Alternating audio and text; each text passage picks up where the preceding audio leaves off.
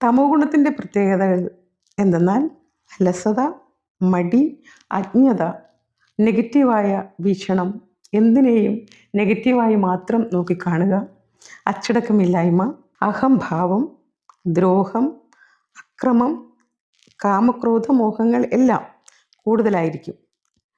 ആഹാര ജീവിത രീതികൾ നിയന്ത്രിക്കുകയും ധ്യാന രീതികൾ പരിശീലിക്കുകയും ചെയ്യുന്നതുകൊണ്ട് രജസ്തമോ ഗുണങ്ങളെ കുറയ്ക്കാൻ സാധിക്കുന്നു. അതിനുള്ള വളരെ പ്രധാനപ്പെട്ട മെഡിറ്റേഷനാണ് സൈൻ മെഡിറ്റേഷൻ. മൂന്നാമത്തെ മുദ്ര, അതായത് എൻലൈറ്റ്മെൻറ്റ് മുദ്ര.